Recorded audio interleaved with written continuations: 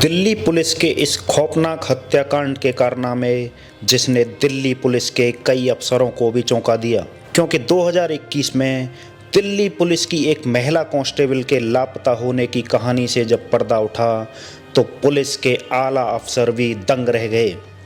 मरने के बाद भी 2 साल तक जिंदा रही मोना, प्यार, धोखा और कत्ल की ये खौफनाक कहानी दिल्ली पुलिस की एक महिला कांस्टेबल के दर्दनाक अंत से जुड़ी हुई है।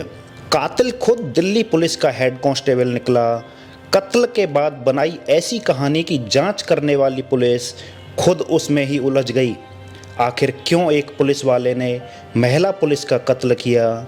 एक पुलिस वाला 2 साल तक एक मुर्दा को जिंदा बनाने के लिए गजब की कहानी बनाता रहा। वो महिला सिपाही मर चुकी थी, लेकिन उसकी आवाज़ में ऑडियो कहानी अब भी उसके घर वालों को पहुंचाई जा रही थी।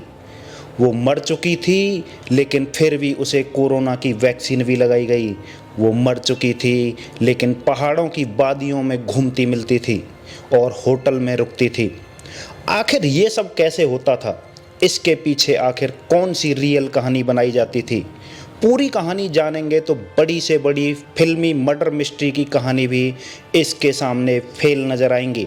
आखिर ये हत्या कैसे की गई, हत्यारे कौन थे और ये हत्या किस लिए की गई, चलिए जानते हैं सब कुछ इस वीडियो में। दोस्तों, आपसे रिक्वेस्ट है, यदि आपने हमारे चैनल को सब्सक्राइब नहीं किया है तो सब्सक्राइब ज़रूर कर दें।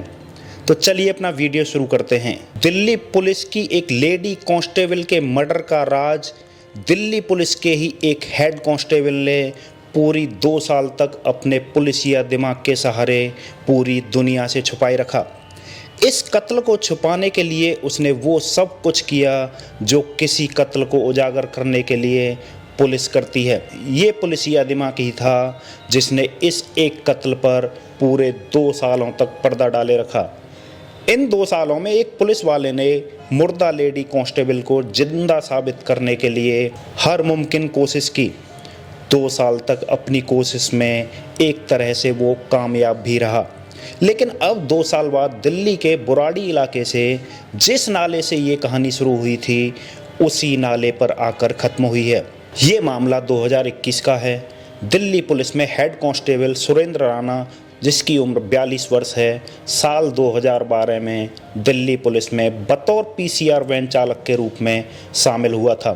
इसके 2 साल बाद 2014 में मोना दिल्ली पुलिस में कांस्टेबल की पोस्ट पर भर्ती होती है। दोनों को 2021 में कंट्रोल रूम में एक साथ तैनात कर दिया गया। इसके बाद दोनों की दोस्ती हुई।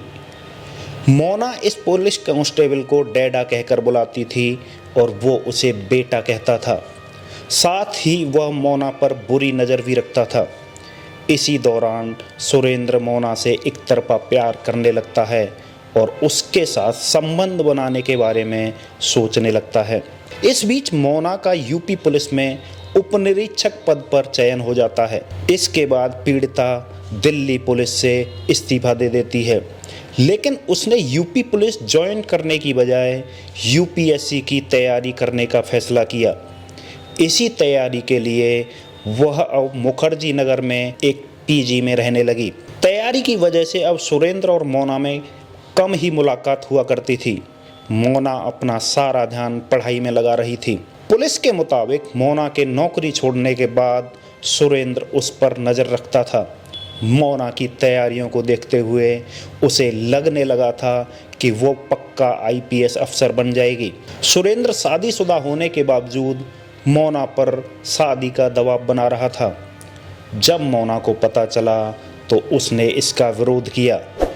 मोना लगातार शादी से इनकार कर रही थी। उसका पूरा लक्ष्य यूपीएससी के इम्तिहान पर था। जब उसने शादी से बिल्कुल मना कर दिया तो राणा ने उसकी हत्या का प्लान बनाया।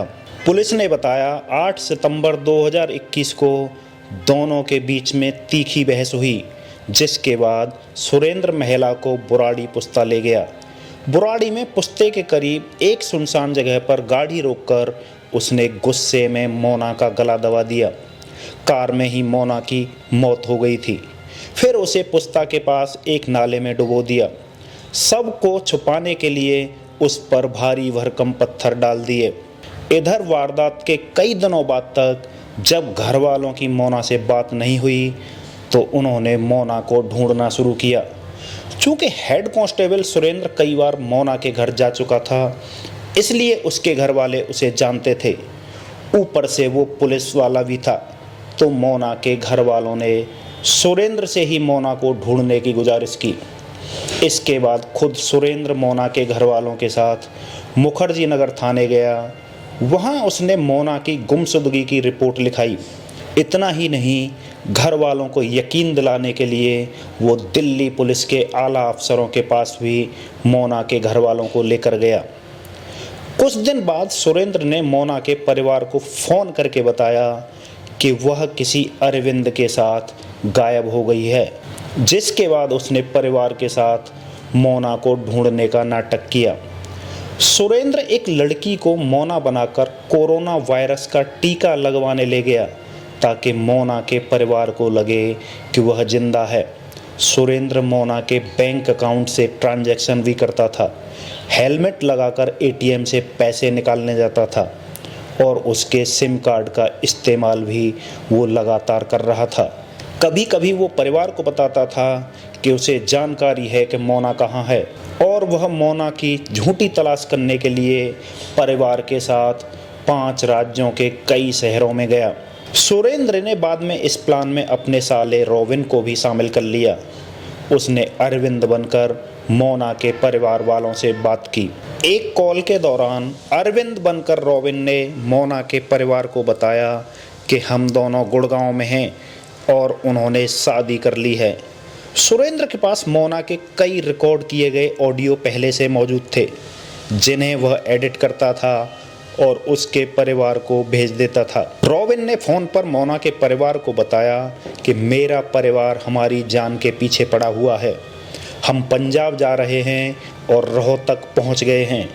हम 10-15 दिनों में आपके घर आएंगे। जब मोना के परिवार ने मोना से बात करने को कहा तो उसने कहा वह अभी डरी हुई है और उनसे बात करने के मूड में नहीं है। सुरेंद्र सिंह राणा पुलिस और पीड़ित के परिवार को धोखा देने के लिए एक कॉल गर्ल के साथ हरियाणा, देहरादून, ऋषिकेश और मसूरी के होटलों में जाता था। वहाँ वह मोना की आईडी यूज करता और कुछ कागज़ वहीं पर छोड़ाता। बाद में होटल वालों को फ़ोन करता था। जब पुलिस कॉल ट्रेस करके होटल में पहुंचती थी तो वहां के कर्मचारी बताते थे कि मोना की आईडी से एक लड़की यहां आती थी। इससे पुलिस को लगता था कि पीड़िता जिंदा है, वह जानबूझकर अपने माँ बाप के पास नहीं जा रही है। 2021-22 में देश कोरोना से जूझ रहा था। लोगों ने एक दूसरे से दूरी बना रखी थी। इस दूरी का फ़ायदा भी सुरेंद्र ने उठाया। मोना के जिंदा होने का यकीन दिलाने के लिए सुरेंद्र ने अब एक नया पैंतरा अपनाया। मोना के आधार कार्ड पर किसी और लड़की को ले जाकर उसने कोरोना का वैक्सीन लगवा दिया। इस वैक्सीन के सर्टिफिकेट को भी उसने मोना के घर भिजवा दिया। सर्टिफिकेट पर साल और महीना दर्ज था। घर वालों को लगा कि चलो बेशक मोना गुम है लेकिन जिंदा है, लेकिन सुरेंद्र का पुलिसिया दिमाग अब भी काम कर रहा था। अब साल आ चुका है 2023 के 6 महीने निकल चुके हैं, लेकिन मोना 2 साल से गायब थी। मोना के घर वाले, खासकर उसकी बहन को शंका थी। उसने सोचा कि भले ही उसे जो चाहिए था वह मिल गया और उसने शादी भी कर ली, तो अब 2 साल हो गए हैं, सब कुछ ठीक हो गया होगा, तो यह दिखाई क्यों नहीं देता। बहन को लगा कि कुछ तो इसमें गड़बड़ है। 2 साल बीतने के बाद आखिर वो किसी से तो संपर्क करती।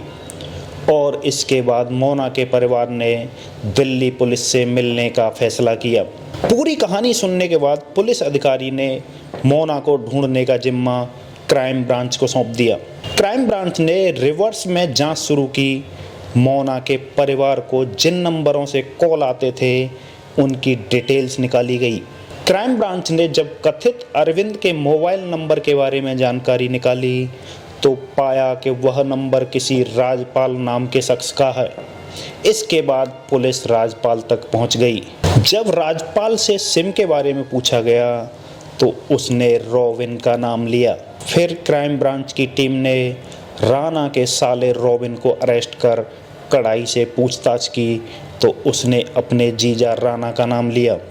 उसके बाद राणा से पूछताछ हुई तो उसने सब उगल दिया।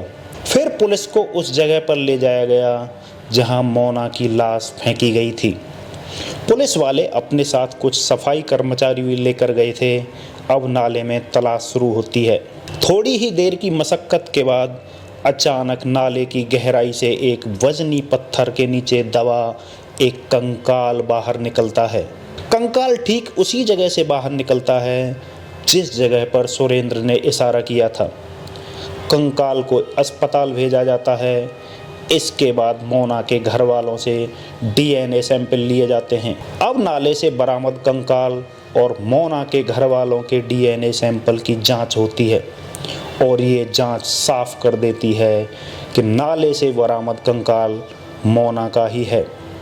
8 सितंबर 2021 को सुरेंद्र ने मोना का कत्ल किया था और इत्तेफाक देखिए ठीक 2 साल बाद 30 सितंबर 2023 को दिल्ली पुलिस ने मोना के कत्ल की पहेली को सुलझा दिया है।